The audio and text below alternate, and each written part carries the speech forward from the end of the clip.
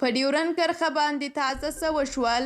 د کابل او اسلام آباد ترمنځ په ډیورن کرښه یا رښتیا هم هوکړه وشوه؟ بلاخوا بیا چیرته ولې پاکستاني پوځیان مردار شول؟ دغه دوه مهم خبرونه په دې ویډیو کې کتلی شئ او زموږ څخه د ملاتړ لپاره ویډیو لایک کړئ او چینل هم در سره سبسکرایب کړئ. لومړی به درته دا ووایم چې په ډیورن کرښې د کابل او اسلام آباد ترمنځ هیڅ هوکړه نه ده شوې. وړاندې د پاکستان د کورنیو چارو وزیر ویلي و چې له طالبانو سره په ګډه باغ زنتار وغځوي. لوی درستیز وایي د ډیورن کرښه په هیڅ صورت موږ ته د منلو وړ نه ده او هیڅکله دا کرښه په رسمیت نه پیژنو. تر نوي اردو جوړېدو پورې صبر کوو. د هغه وروسته د ازغنتارونو د لرې کولو لړۍ پیلوو. تر اټکه پورې زموږ خپله خاوره ده، خپله خاوره، خپل اختیار.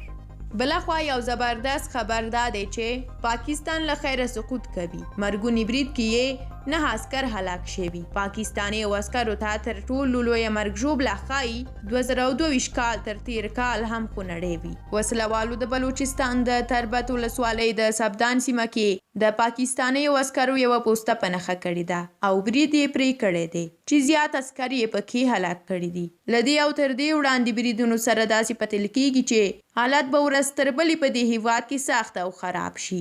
د دې برید پخلی د پوځ یوه ویان کړی او منلې ده چې په دې برید کې یې 9 عسکر هلاک شوي دي.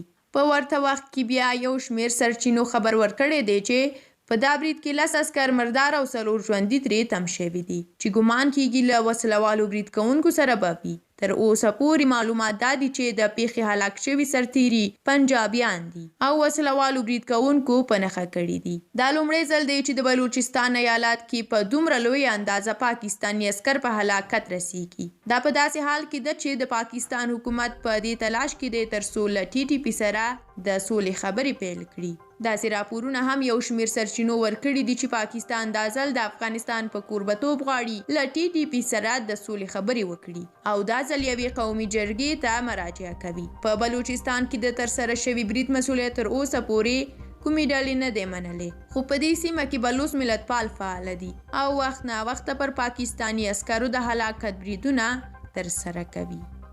ډیره مننه چې ویډیو مو تر اخره ولیدله. زموږ څخه د ملاتړ لپاره ویډیو لایک کړئ، چینل د راتلونکو ویډیوګانو لپاره سبسکرایب کړئ او همدارنګه نظر مو په کومنټ کې ولیکئ. ستاسو لایک، کومنټ او سبسکرایب موږ ته انرژي راکوي. تر بیا بلې ویډیو د خدای پامان.